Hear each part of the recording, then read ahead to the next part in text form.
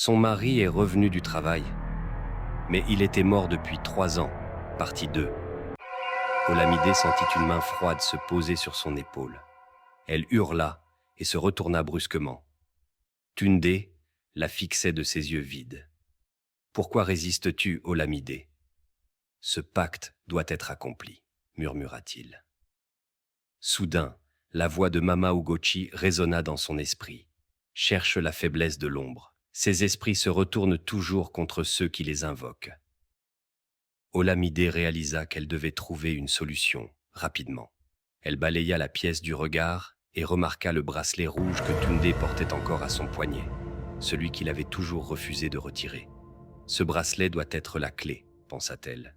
« Pourquoi m'as-tu fait ça, Tunde ?» dit-elle d'une voix tremblante, gagnant du temps. « Je t'aimais, je te faisais confiance. » Tunde sourit sinistrement. « Parce que l'amour ne nourrit pas, Olamide. Mais maintenant, il n'y a plus de place pour les questions. Viens. » Il tendit la main, mais Olamide recula soudainement et se précipita hors de la maison. Elle courut jusqu'à chez Mama Ugochi, essoufflée. « Il veut me prendre, et il porte toujours ce bracelet rouge. » Mama Ugochi fronça les sourcils. « Le bracelet rouge ? C'est là que réside son lien avec le pacte. Il doit être détruit pour briser son emprise. » Mais Tunde n'allait pas attendre. Alors qu'Olamide et Mama Ugochi se préparaient à agir, un vent glacial souffla dans la pièce, éteignant la lampe à huile. La silhouette de Tunde apparut dans l'obscurité, plus menaçante que jamais. « Tu ne peux pas m'échapper, Olamide !» gronda-t-il. Mama Ugochi jeta une poignée de poudre blanche sur le sol, formant un cercle protecteur. « Il ne peut pas entrer ici tant que tu restes à l'intérieur, » murmura-t-elle. « Et après ? Je ne peux pas vivre enfermé pour toujours, » répondit Olamide, les larmes aux yeux.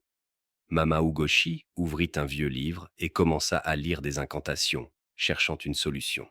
« Fais-moi confiance et sors du cercle, » chuchota-t-elle. Olamide accepta, bien que terrifiée. Elle sortit du cercle et fit face à Tunde. « D'accord, emmène-moi, » dit-elle d'une voix brisée. Tunde s'approcha, souriant de victoire. Mais alors qu'il levait la main pour la toucher, Mama Ugochi apparut derrière lui et coupa violemment le bracelet rouge avec une machette bénie qu'elle avait dissimulée. Un cri déchirant remplit la nuit. Tunde tomba à genoux, ses traits se déformant alors que son corps devenait poussière. « Non, vous ne comprenez pas.